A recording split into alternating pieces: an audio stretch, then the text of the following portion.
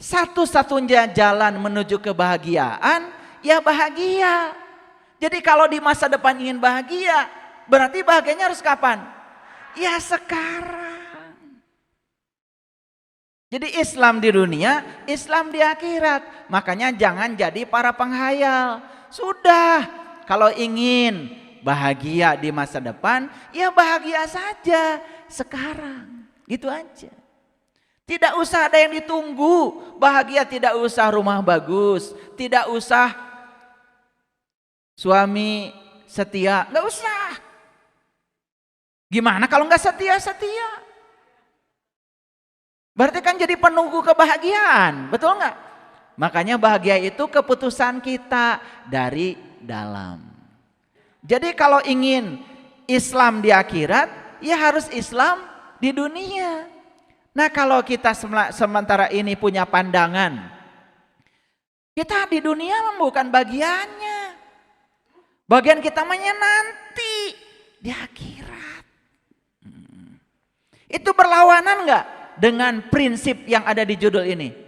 Berlawanan. Bagaimana kita bisa bahagia di masa depan kalau hari ini tidak bahagia? Karena yang menentukan masa depan itu ya hari ini.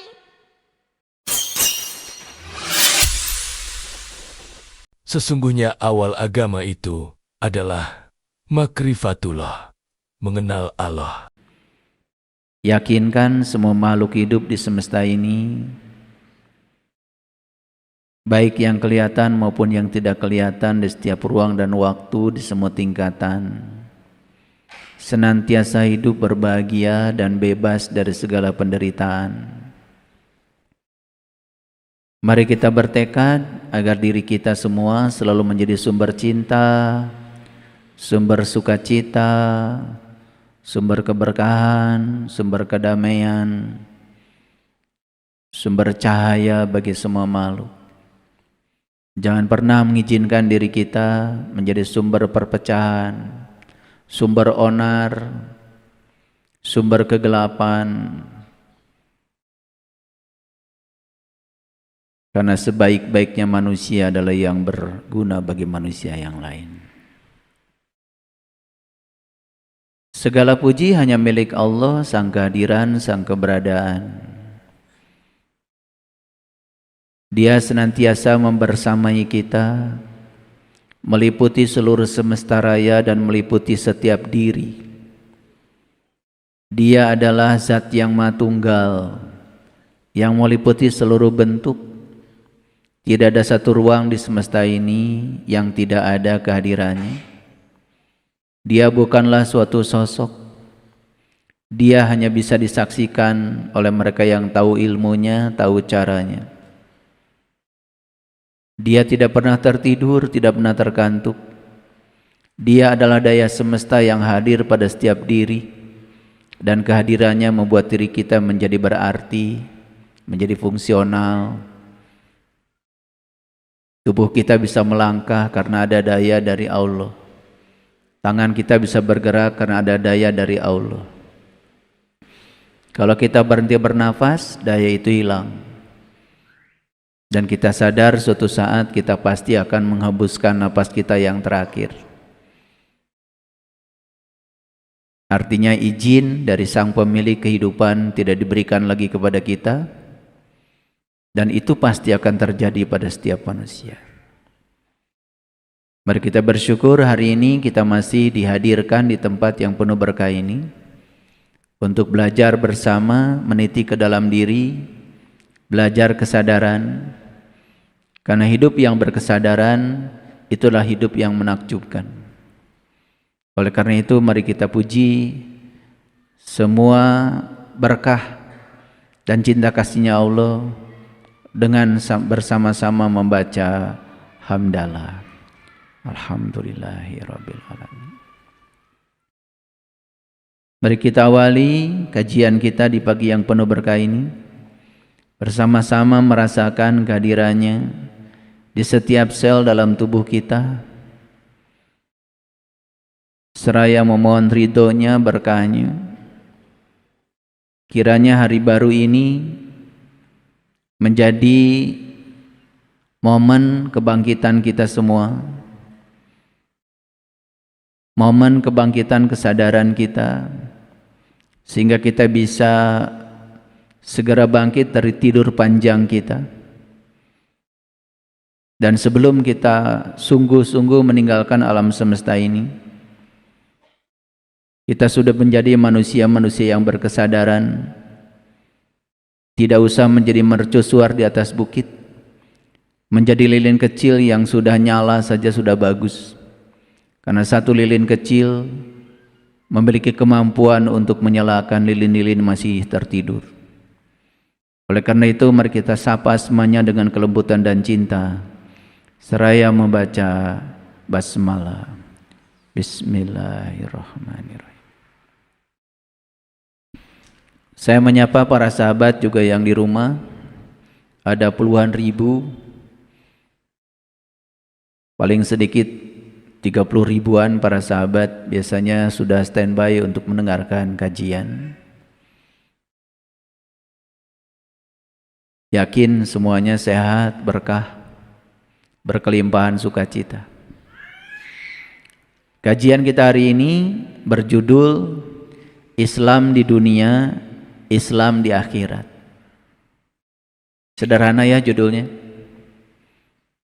Sederhana bukan? Tapi kalau ditanya Islam itu apa, belum tentu kita tahu. Kalau ditanya dunia itu apa, juga belum tentu kita tahu. Kalau ditanya akhirat itu apa, belum tentu kita juga tahu.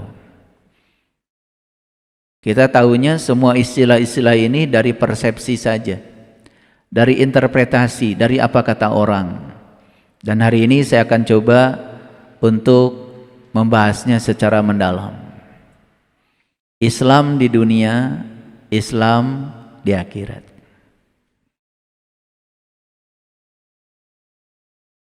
Saya akan jelaskan dulu kata Islam.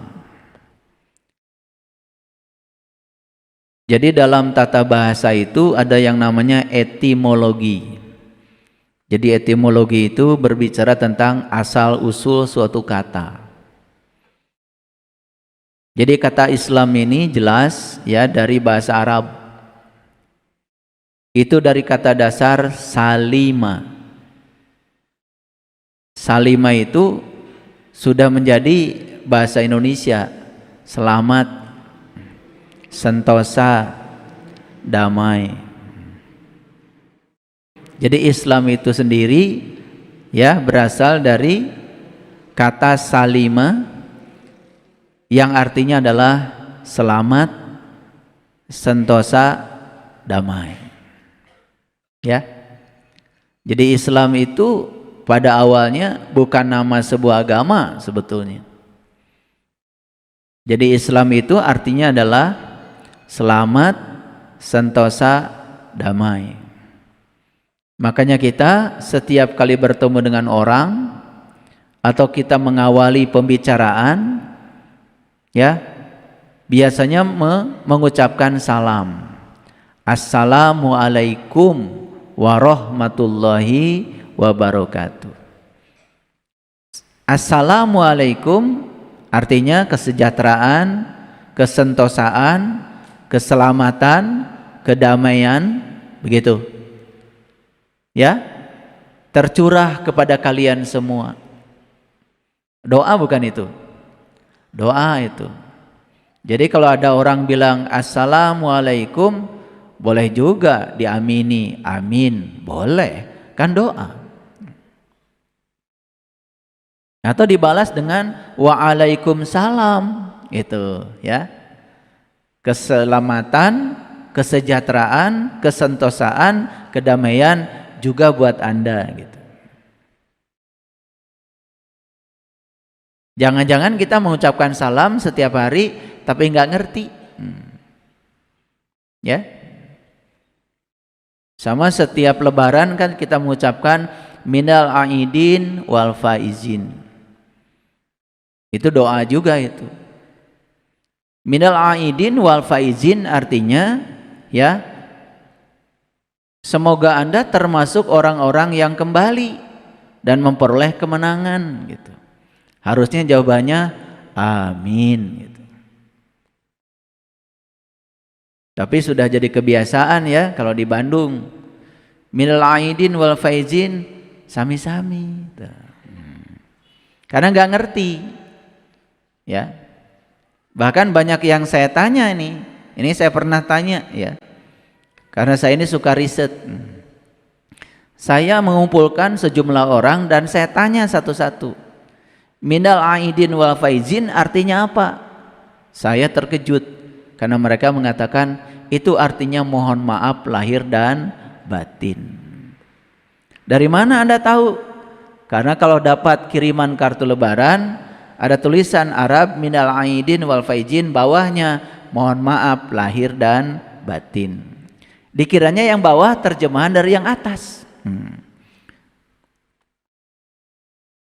Itu karena kita belajar agama dari kartu lebaran, hasilnya seperti itu. Ya, makanya dari lebaran ke lebaran tidak ada kemajuan. Ya, paling ada inovasi sedikit lah. Kalau lebaran kemarin cirengnya polos, lebaran ini pakai kacang gitu loh. Dan dikiranya Idul Fitri itu ya saat dimana kita merayakan sesuatu dengan makanan yang berasal dari bumi. Padahal di Quran tidak begitu, ya. Jadi sebetulnya Idul Fitri itu adalah saat dimana kita ketiban rezeki dari langit, saking senangnya dapat berkah dari langit, namanya Al-Maidah, hidangan, ya, dari langit, hidangan dari langit. Saking senangnya dapat membebaskan kita, itulah yang disebut dengan kemenangan. Dan itu kan sebetulnya diabadikan di dalam Al-Quran. Jadi Nabi Isa alaihissalam itu berdoa kepada Allah, Allahumma Rabbana anzil alaina ma'idatan minas sama'i takulunana id gitu. Ya Allah, turunkanlah hidangan dari langitmu, dan turunnya hidangan itu kepadaku, itulah hari raya bagiku. Jadi hari raya itu sebetulnya saat hidangan dari langit turun.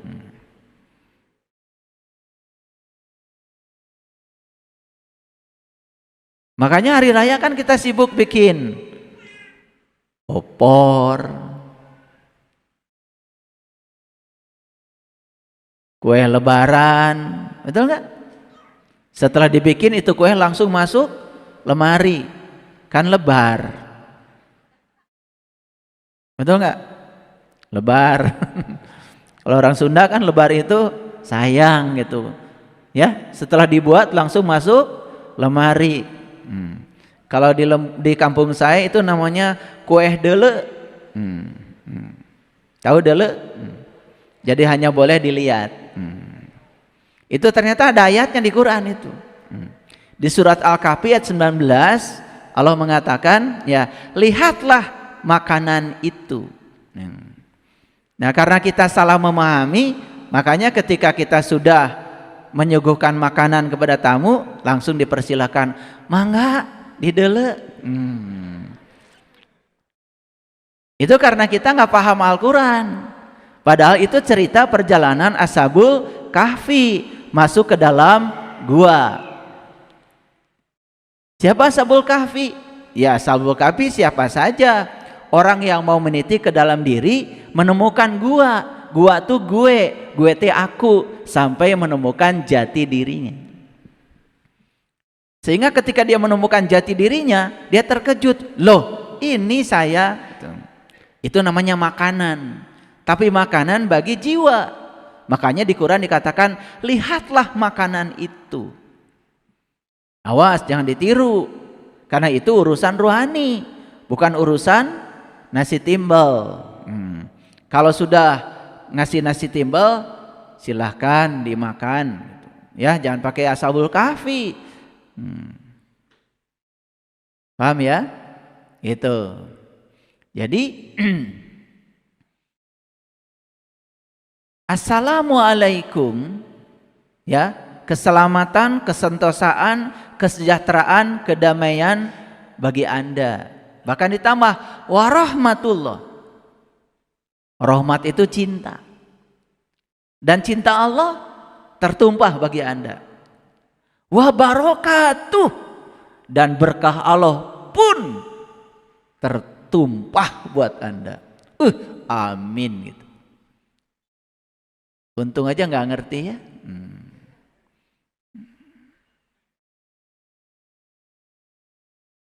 Itu doa yang bagus nggak? Luar biasa. Ya, kesejahteraan, kesentosaan, kedamaian, cinta kasih dan berkah Allah tertumpah bagi Anda. Waalaikumsalam warahmatullahi wabarakatuh. Keren banget. Jadi sebetulnya kalau orang Islam itu ngerti saja intisari dari salam, udah damai dunia ini. Gak ada ibu pengajian membicarakan kelompok pengajian yang lain. Gak ada lagi ya orang ceramah menghujat ya pihak lain. Gak ada. Lucu ya, ceramahnya sudah pakai salam. Assalamualaikum warahmatullahi wabarakatuh. Habis itu menghujat. Lucu nggak itu? Lucu kan? Ini kalian baru tahu kalau itu lucu setelah saya jelaskan. Sebelum itu mah kalian nggak tahu, betul nggak? Itu dianggap bagus. Baru saja bilang salam, setelah itu menghujat, ya, menjelek-jelekan keyakinan lain, agama lain, padahal habis mengucapkan salam. Lucu nggak? Baru kerasa lucunya kan? Nah itu ngaji kesadaran tuh begitu. Ya, ini baru permulaan aja udah langsung sadar. Boleh nggak kalau orang mengucapkan Assalamualaikum warahmatullahi wabarakatuh, amin, terima kasih, doanya luar biasa. Boleh. Dibalas lagi waalaikumsalam warahmatullahi wabarakatuh. Nangis kalian kalau mengucapkannya dengan sadar.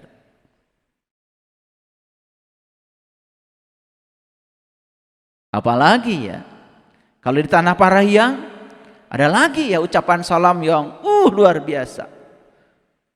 Sampurasun, sampurna ingsun. Itu simpel, tetapi itu doanya dalam. Sampurna ingsun. Siapa ingsun? Sempurnalah Anda, lahir batin. Luar biasa. Makanya rampes, rampak beres, tuntas semuanya, simpel. Tapi ada yang tidak mengerti, bisanya cuma menghujat, belum tahu artinya sudah berkomentar. Itu memang.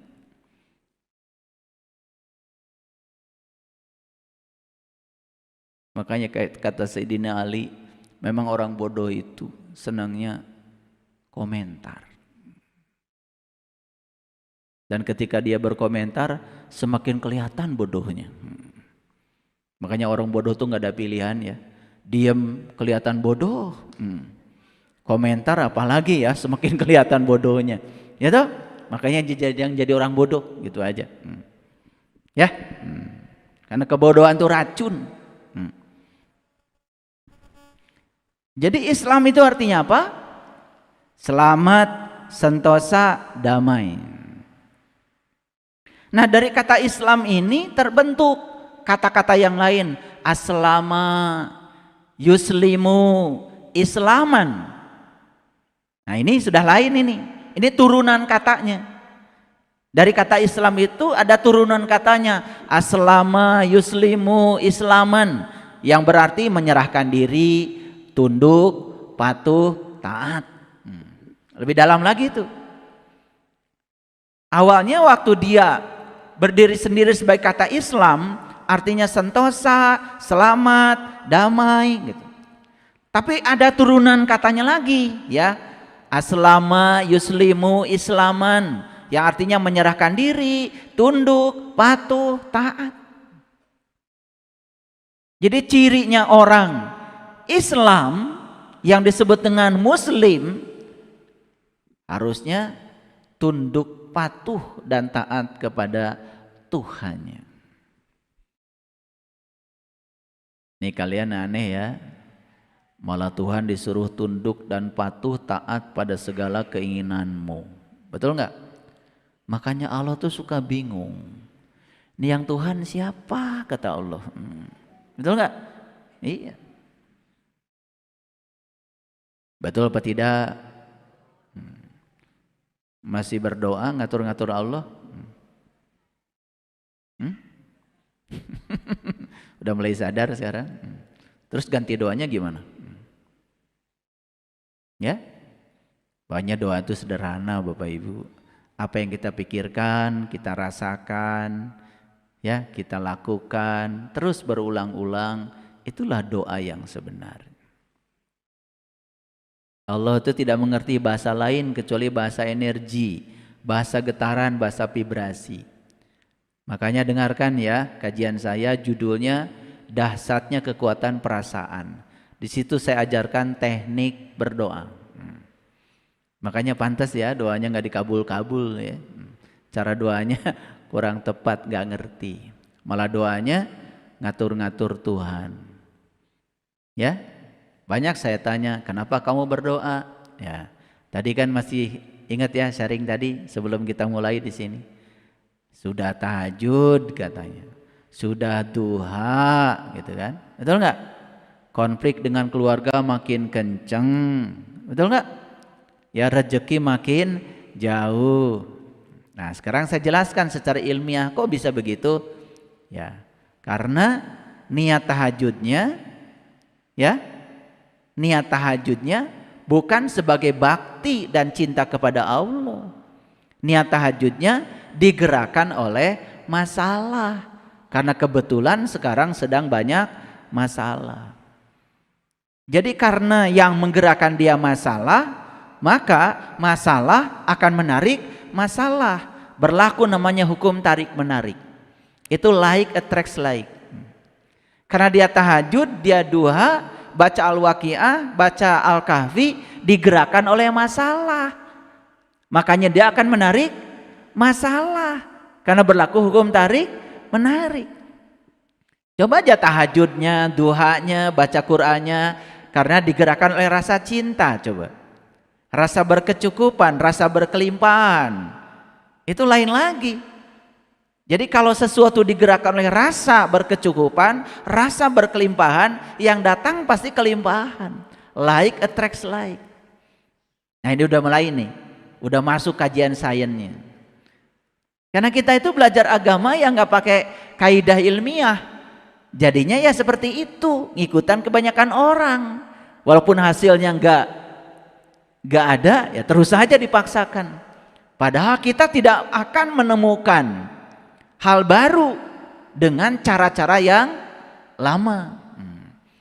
Ini kan suka aneh kita, ya ingin hasilnya berbeda, tapi cara yang digunakan masih cara yang sama.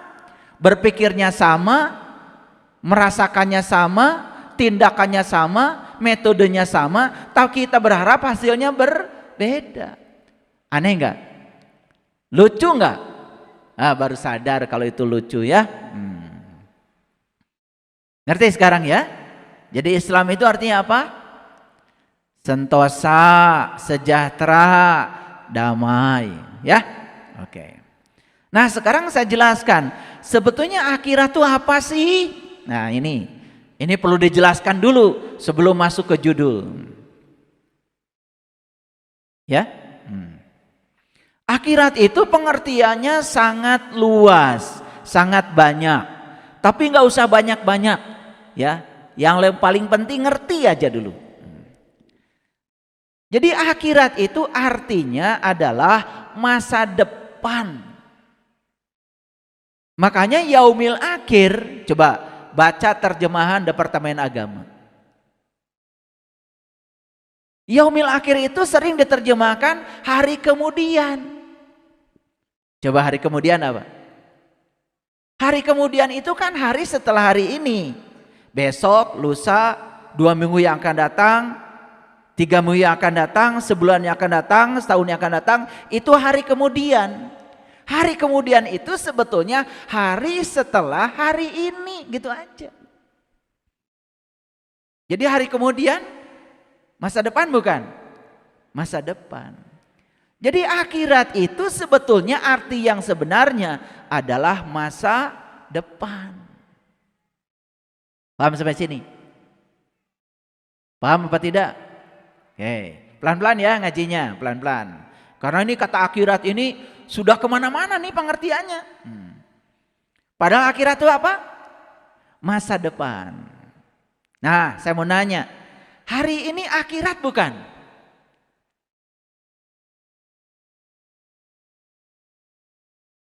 Akhirat tadi apa? Masa depan. Kalau gitu hari ini akhirat bukan? Hari ini masa depan. Dari kehidupan yang lalu. Besok masa depan. Dari kehidupan hari ini. Ulangi kalau gitu saya tanya. Hari ini akhirat bukan? Akhirat. Hari ini tuh masa depan. Dari kehidupan yang kemarin. Dari kehidupan yang 2 minggu yang lalu. Kalau begitu akhirat sudah ada enggak? Sudah ada. Makanya kita percaya kalau akhirat itu ada. Karena kita sudah membuktikannya. Ulangi, hari ini akhirat bukan? Dari apa? Dari hari kemarin. Gitu aja dulu supaya nggak pusing. Ya? Oke. Sudah bisa nebak nggak kira-kira? Tadi kan Islam di dunia, Islam di akhirat. Islam itu artinya apa? Selamat, sentosa, damai. Ya toh? Jadi artinya apa? Dunia itu apa sih? Nah, sekarang kita bahas dunia dulu. Karena belum tentu Bapak Ibu sudah mengerti. Maka dibahas dulu pelan-pelan. Ini judulnya udah setengah jam. Dunia itu simbol dari kehidupan. Ulangi ya. Dunia itu simbol dari kehidupan. Saya sudah berulang kali bilang di YouTube ya. Hidup itu kapan Bapak Ibu? Sekarang. Udah mulai pinter ya? Hidup itu sekarang, di sini, saat ini. Coba sekarang saya mau nanya, Bapak Ibu sekarang bernafas? Nah, kapan? Sekarang. Saya nanya, Bapak Ibu masih hidup? Nah, buktinya apa? Bernapas. Kapan? Sekarang. Itu aja, ya. Paham ya? Napas kemarin bukan? Bukan. Napas besok bukan? Bukan. Napas kapan? Sekarang. Berarti hidup kapan? Sekarang. Gitu aja. Sederhana ya? Nah, dunia itu simbol dari kehidupan. Sedangkan kehidupan itu di sini, saat ini, sekarang. Berarti dunia apa? Sekarang. Gitu aja. Paham ya? Jadi Islam di dunia artinya apa? Selamat sekarang. Islam di akhirat berarti apa? Selamat di masa depan. Clear? Sederhana? Ulangi. Islam di dunia berarti selamat sekarang. Ya toh? Islam di akhirat berarti selamat di masa yang akan datang. Nah, sekarang saya mau tanya, yang menentukan masa depan kapan? Apa? Ya sekarang. Jadi jangan aneh-aneh. Wah, kita mah bahagianya nanti. Bukan sekarang. Sedangkan yang menentukan nanti kan sekarang. Jadi kalau ingin bahagia nanti, berarti harus bahagia sekarang. Itu aja kok. Sederhana. Sederhana? Oke. Nah, kira-kira kalau saya kasih contoh nanti coba judul ini. Islam di dunia, Islam di akhirat. Udah masuk atau belum? Saya kasih contoh. Bila nanti saya sudah punya rumah mewah, maka saya akan bahagia. Itu selaras dengan judul ini atau berlawanan? Pinter. Kok jadi pinter ya Bapak Ibu? Padahal biasanya ngaji nggak pinter kayak gini. Kenapa berlawanan? Ya, bila nanti saya punya rumah mewah, maka saya akan bahagia. Bahagianya kapan? Nanti. Berarti sekarang bahagia tidak? Tidak. Rumah mewahnya bakal dapat enggak? Enggak. Satu-satunya jalan menuju kebahagiaan, ya bahagia. Jadi kalau di masa depan ingin bahagia, berarti bahagianya harus kapan? Ya sekarang. Jadi Islam di dunia, Islam di akhirat. Makanya jangan jadi para penghayal. Sudah, kalau ingin bahagia di masa depan, ya bahagia saja sekarang. Gitu aja. Tidak usah ada yang ditunggu. Bahagia tidak usah rumah bagus, tidak usah suami setia, nggak usah. Gimana kalau nggak setia? Berarti kan jadi penunggu kebahagiaan, betul nggak? Makanya bahagia itu keputusan kita dari dalam. Clear sampai sini? Wah, sudah banyak kajian saya kan, bahwa sebetulnya ya yang menyebabkan kita menderita bukan orang lain. Karena kita tidak bisa mengendalikan orang lain, tapi kita bisa mengendalikan pikiran kita, perasaan kita, aksi kita, reaksi kita, tindakan kita terhadap apapun yang dilakukan orang lain kepada kita. Paham kan? Oke, yang itu nggak usah saya bahas lagi. Nanti kelamaan bahas judul ini. Jadi sudah masuk judulnya. Jadi kalau ingin Islam di akhirat, ya harus Islam di dunia. Nah kalau kita sementara ini punya pandangan, kita di dunia bukan bagiannya. Bagian kita mainnya nanti di akhirat. Itu berlawanan enggak dengan prinsip yang ada di judul ini? Berlawanan. Bagaimana kita bisa bahagia di masa depan kalau hari ini tidak bahagia? Karena yang menentukan masa depan itu ya hari ini. Paham? Oke. Bapak Ibu tuh mau naik gunung. Kan gak bisa langsung terbang ke gunung. Kan pasti Bapak Ibu akan melewati selangkah. Dibuang aja satu langkah. Bisa gak nyampe di gunung? Gak bisa. Jadi untuk sampai di puncak gunung itu kita pasti akan berjalan selangkah. Begitu kan? Kalau selamat di langkah ini, nyampe nggak di gunung? Nyampe. Misalnya dari sini ke gunung itu ada 1000 langkah. Ya? Siapa orang yang bisa sampai di puncak gunung? Yang selamat di setiap langkah yang jumlahnya 1000 itu. Misalnya di langkah yang ke-500 gak fokus. Tiba-tiba jatuh. Masuk jurang. Kan gak nyampe di gunung. Gak mungkin. Ya, kita bisa sampai di puncak gunung yang 1000 langkah itu. Kalau yang 1000 langkah sebelumnya tidak selamat. Setuju?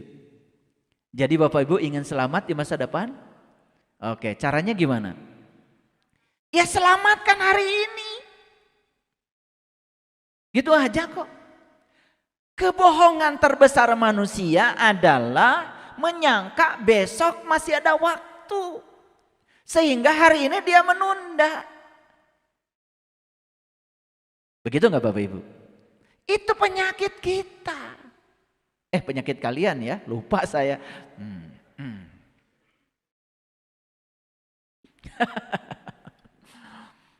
Nah, kita coba masuk dulu deh, pakai ayat dulu ya, supaya semakin jelas. Ini Quran surat Ad-Duha. Ya, surat Ad-Duha. Dimulai dengan kata-kata yang indah, Wad-Duha. Awas, ha.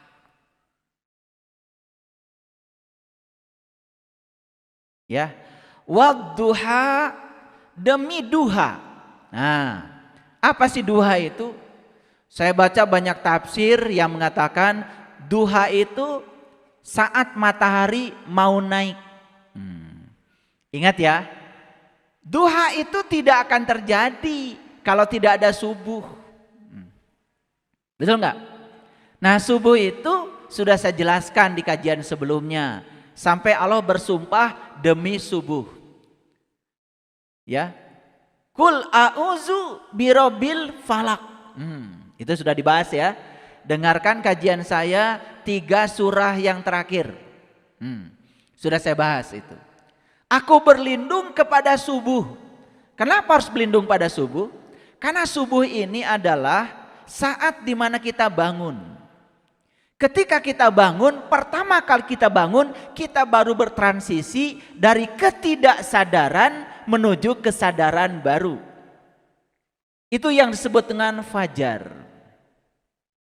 Nah, itu etapa yang paling berbahaya. Karena apa? Bisa terus bangun, bisa tidur lagi. Ketika ada yang mengatakan dari dalam dirinya yuwaswisu fi sudur, yang membisikkan pada kesadarannya, sederhana bisikannya, masih ngantuk.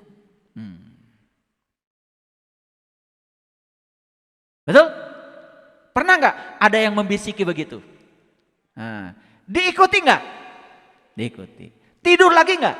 Nah, itulah kenapa Allah bersumpah dengan subuh. Karena subuh itu fase yang sangat berbahaya, di mana seseorang belum mengalami kesadaran penuh. Nah, dalam bahasa Inggrisnya itu yang disebut dengan lulungu. Ya, gitu. Itu adalah yang disebut dengan setengah sadar. Nah, kalau kita begitu bangun, kemudian kita bangkit, maka asalnya fajar, asalnya subuh, kita akan mulai merasakan enaknya duha. Makanya ada Quran surat Ad-Duha, Wad-Duha, demi duha. Nah, kalau subuh itu baru fajar Bapak Ibu, matahari belum datang. Tapi kalau duha itu matahari sudah mulai naik. Coba perhatikan, pernah berjemur gak? Jam 9, jam 10, pernah? Nah, itulah saat dimana kita melihat bayangan kita paling besar. Nah, ketika kita sudah bergerak ke jam 12 siang, itulah jam 12 siang, di mana matahari tepat di atas kepala kita, di situ bayangan kita sudah memendek. Begitu bergeser ke jam 1, jam 2, sampai sore, bayangan memanjang lagi. Makanya puncaknya bayangan terpendek adalah saat matahari berada di atas kepala kita. Saat dimana posisi kita dengan matahari yang terdekat. Makanya matahari sering dilambangkan dengan Tuhan. Sampai Tuhan bersumpah demi matahari. Ada Quran surat Asy-Syam, demi matahari. Nah, jadi ketika kita berada pada posisi terdekat dengan Tuhan, saat itu bayangan yang paling pendek. Bayangan itu dunia. Bukan berarti kita tidak punya dunia. Dunianya tetap berlimpah. Tetapi kemelekatan kita pada dunia, saat itu yang terpendek. Luar biasa ya. Makanya kenapa Allah mengatakan dalam Al-Quran, bergantinya siang dan malam saja, ada tanda-tanda bagi orang yang berpikir. Tapi bagi yang tidak berpikir, mau siang, mau malam, mau berganti, gak peduli. Dia fokus pada egonya, dia fokus pada ambisi pribadinya. Dia tidak bisa menyaksikan tanda-tanda semesta yang luar biasa. Dia tidak bisa membacanya. Semua lewat begitu saja. Tahu-tahu udah 60 tahun, tahu-tahu sudah 70 tahun. Hidup selama itu di dunia, nyaris tidak pernah bisa menangkap pesan-pesan semesta yang dialirkan ke dalam dirinya. Banyak kayak gitu. Itulah manusia yang rugi. Memandang tetapi tidak melihat. Mendengar tetapi tidak menyimak. Rugi. Nah itulah manusia yang rugi. Habis umurnya baru kaget. Ketika nyawa di kerongkongan disuruh pulang kepada Allah. Tidak tahu jalan pulang. Jadi mengerti sekarang buat duha. Demi duha. Dan duha baru bisa dicapai kalau kita sadar. Ketika kita bangkit dari kesadaran.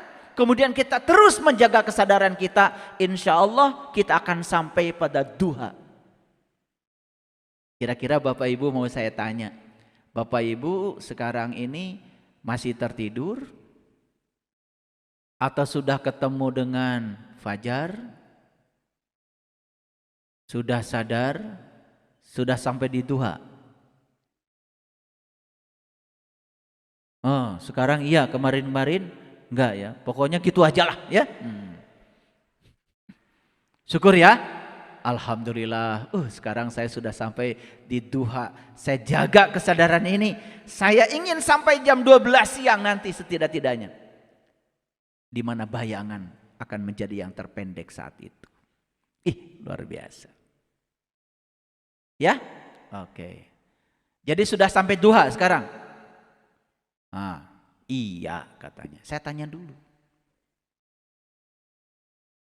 Di Quran surat Al-Fajr Allah mengatakan, demi yang genap, demi yang ganjil.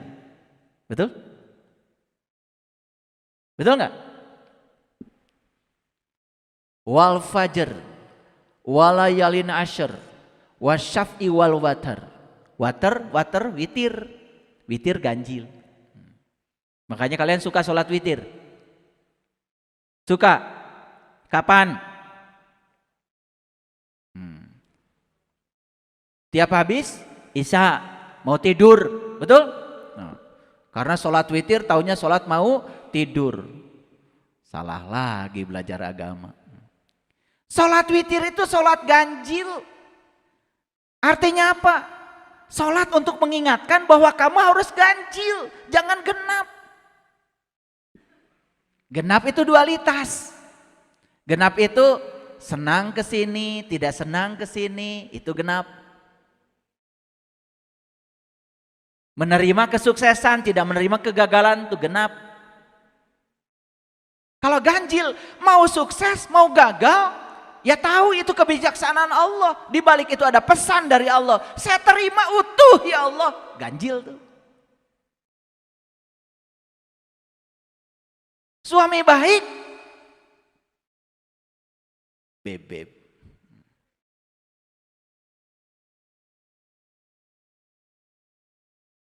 Begitu menampilkan perilaku yang tidak disukai, langsung nurus tunjung.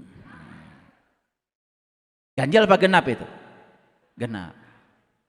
Yang ganjil, ya sudah. Ya, dia mau baik, mau tidak baik. Karena baik tidak baik urusan dia dengan dirinya sendiri. Gak ada urusan dengan saya. Baik bebek, gak baik bebek. Ganjil apa genap? Ganjil. Saya mau nanya sekali lagi. Kalian sudah bisa ganjil atau masih genap? Lah tadi ngaku sudah duha. Fajar aja belum. Fajar itu cirinya kalian sudah ganjil. Ganjil itu artinya apapun yang terjadi dia terima seutuhnya. Tidak terjebak benar salah, tidak terjebak baik buruk, tidak terjebak lagi oleh dualitas. Kalau masih terjebak dualitas, kalian tuh masih tidur. Duha pun belum. Fajar pun belum, apalagi duha. Ngaku-ngaku. Ini harus dibuka nih rahasianya ya. Ini urusan pagi-pagi aja, jadi dalam ini bisa 2 jam gak kelar-kelar, betul gak? Padahal tiap hari bangun pagi, betul?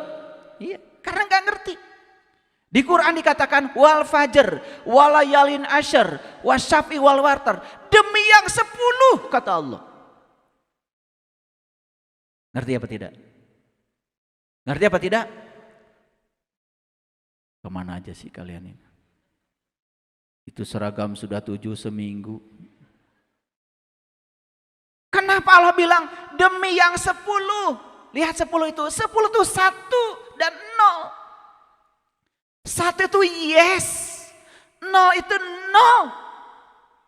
Hidup harus begitu, yes or no. Mau nikah, nikah. Enggak nikah, enggak nikah. Jangan nikah tapi berantakan. Mau bisnis ya bisnis. Mau kerja ya kerja. Atas nama Allah, atas nama Tuhan. Jangan berantakan. Semua orang yang berantakan itu karena dia di antara 1 dan 0. Tidak 1, tidak 0. Mau ngaji, ngaji yang benar.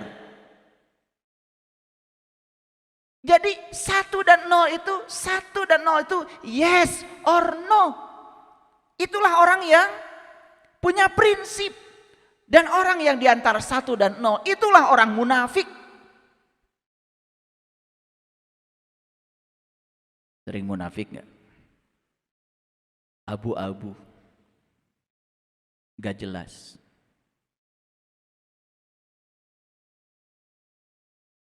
Suatu saat raja hutan yang namanya harimau mengumpulkan penduduknya. Dia mau bertanya. Yang pertama dipanggil itu adalah monyet. Kata raja hutan, coba monyet, ini istana saya ini menurut Anda bau atau wangi? Monyet langsung bilang sama tuan raja, si raja hutan yang namanya harimau itu. Kata monyet, kayaknya ini kalau saya menjilat bagus juga. Jadi kata monyet, ini istananya tuan raja tuh indah, megah, amazing. Wangi, kata monyet. Kamu sudah menghina saya, kata harimau. Masa kandang harimau sebau ini dibilang wangi? Akhirnya monyet dimakan.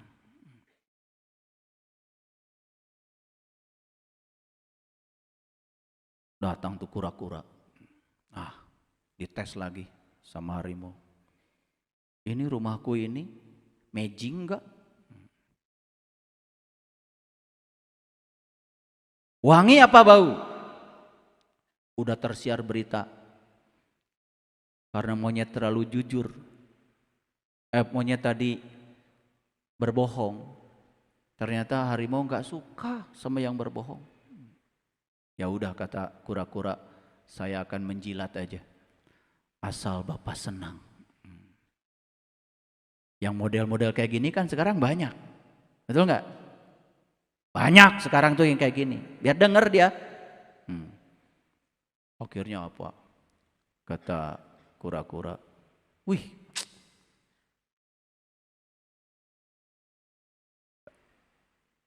Monyet tadi apa?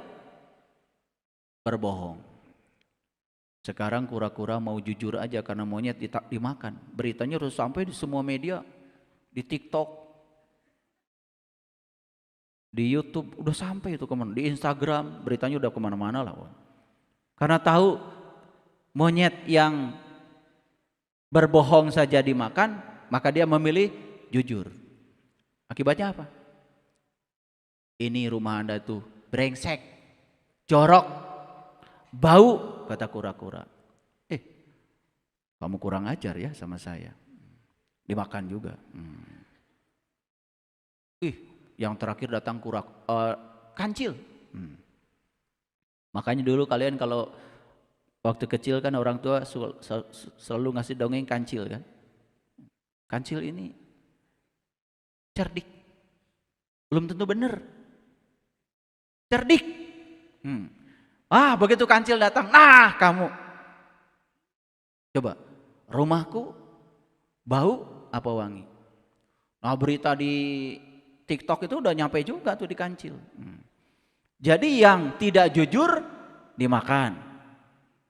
Yang jujur dimakan. Begitu ditanya, menurut Anda gimana nih rumahku ini? Aduh Tuan Raja, mata saya ini sudah 3 bulan ini. Katarak. Jadi tidak ada kesimpulan. Itu. Bagaimana wangi apa bau? Nah itu 3 hari yang lalu saya ini ketiban flu. Jadi saya tidak ada pendapat, Tuan Raja. Wah, kamu luar biasa. Selamat kamu. Makanya sekarang yang selamat itu yang model kayak kancil. Yang jujur tidak disukai. Tapi yang pengkhianat juga tidak disukai. Nah, yang abu-abu kayak gini nih, ya, yang tidak ada pendapat. Mudah-mudahan kalian ini ya selamat pasti. Jadi pilih monyet, kura-kura, atau kancil. Udah milih nanti di rumah ya. Udah nggak usah dijawab sekarang. Terlalu berat ini pertanyaan. Baik, lanjut. Ya, kira-kira sudah fajar, sudah duha. Bingung ya?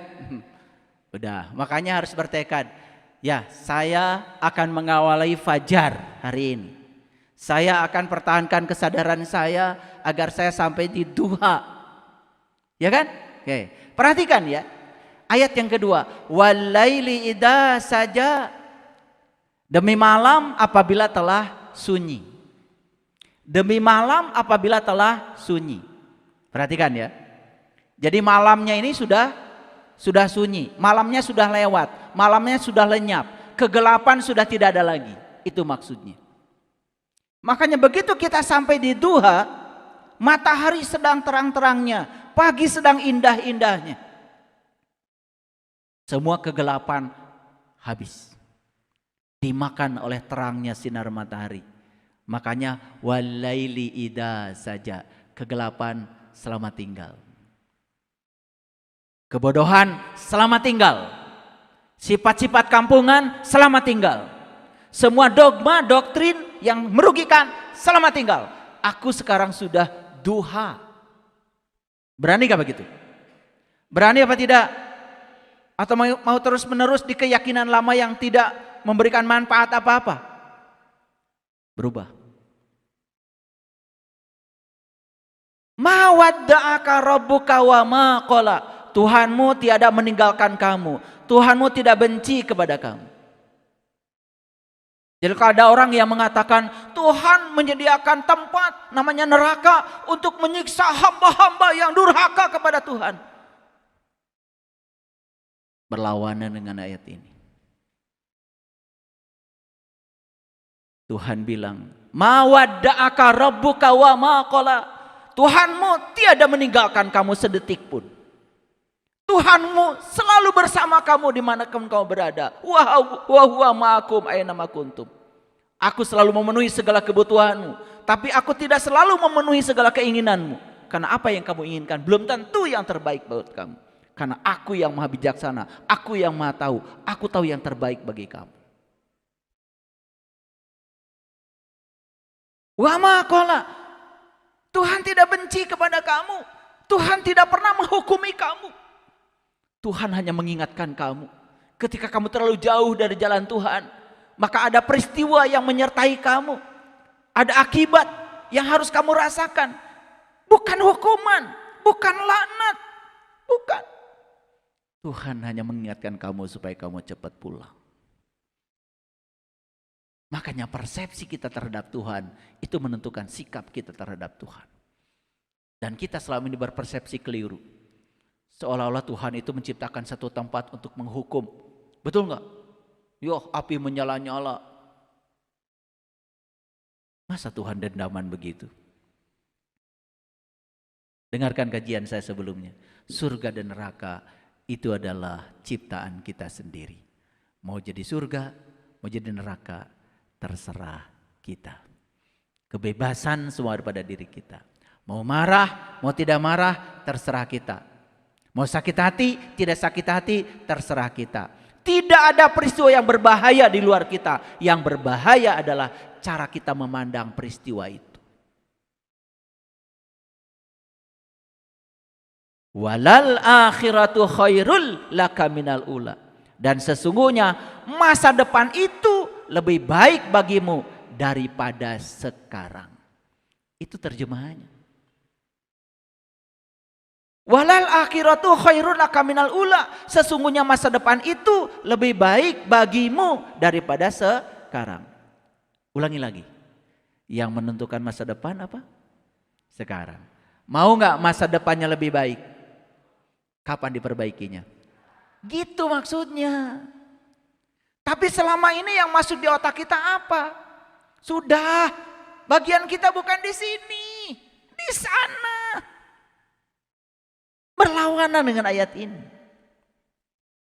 Masuk akal? Masuk akal? Masuk? Oke, kalau udah masuk. Jadi mengerti sekarang. Walal akhiratu khairul laka minal ula. Sesungguhnya masa depan itu lebih baik daripada ula, daripada permulaan, daripada sekarang. Maknanya apa? Kalau masa depanmu ingin lebih baik, perbaikannya kapan? Di mana? Saat ini, sekarang. Jangan menunda, jangan mengatakan besok masih ada waktu. Keren gak Bapak Ibu? Keren. Ada yang malas gak dulu waktu muda sehingga gak sekolah? Acungkan tangan.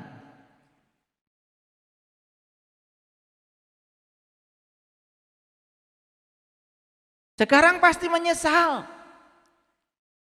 Teman-teman dulu yang rajin belajar, sekarang ya hidupnya jauh lebih baik. Saya pernah, bukan saya mengatakan saya sukses, bukan. Saya lagi ngajar di kelas, ada orang ya dari sudut itu, dari atas lihat terus begini ke bawah. Karena penasaran lalu saya samperin. Ternyata pekerja bangunan yang sedang memperhatikan saya. Sedang mengajar di kelas. Saya suruh turun. Saya sudah lupa lagi. Karena itu sudah gak ketemu dengan saya lama. Rupanya teman saya waktu SD. Dia kemudian meluk saya. Benar ya kamu dulu. Kamu kalau diajak main gapleh gak mau. Diajak ngerokok di pos ronda gak mau. Karena kamu sedang belajar. Jadi saya bukan membedakan bahwa jadi dosen itu lebih bagus daripada jadi pegawai, bukan. Saya tidak itu. Ini sekedar ilustrasi pertemuan saya dengan teman saya yang menyesal. Karena dulu waktu dia muda, dia tidak mau belajar. Jadi kalau teman-teman saya dipanggil-panggil sama ibunya, belajar, belajar, belajar. Kalau saya ditungguin ibu saya, disuruh tidur. Karena saya belajar terus. Ibu saya itu khawatir karena saya belajar terus. Bukan disuruh belajar. Karena kesadaran belajar itu sudah tumbuh saya dari kecil. Gitu. Makanya sesuai dengan kata-kata Bung Karno. Kalau kamu keras pada diri kamu di masa muda, maka alam semesta akan lunak padamu di masa tua. Dan kalau kamu lunak padamu di masa muda, maka alam semesta akan keras kepadamu di masa kamu tua. Jadi yang sekarang sedang menyesali itu sekarang di mana? Di dunia apa di akhirat? Belum mengerti lagi. Yang sedang menyesali, dia itu menyesali ya masa lalunya. Berarti sekarang dia di dunia apa di akhirat? Di akhirat. Karena dulu di permulaan dia tidak mau belajar. Paham? Bapak Ibu menyesal di dunia apa di akhirat? Di akhirat. Jadi sudah ada akhirat sekarang? Sudah. Suka menyesal? Suka. Misalkan begini. Dulu masih ingat ya? Ya, masih ingat. Ketika ujian dapat nilai yang jelek. Perhatikan saya. Apakah Bapak Ibu menyesal karena ujian atau menyesal karena tidak belajar sebelum ujian? Nah, jadi waktu ujian nilainya jelek, menyesal. Itu dunia apa akhirat? Nah, pintar, akhirat. Ya, permulaannya mana? Karena tidak berbuat di dunia, maka dia menyesal di akhirat. Gitu maksudnya. Kalau begitu Bapak Ibu percaya nggak akhirat itu ada? Percaya? Yakin? Hakul yakin? Sudah membuktikan? Sudah merasakan?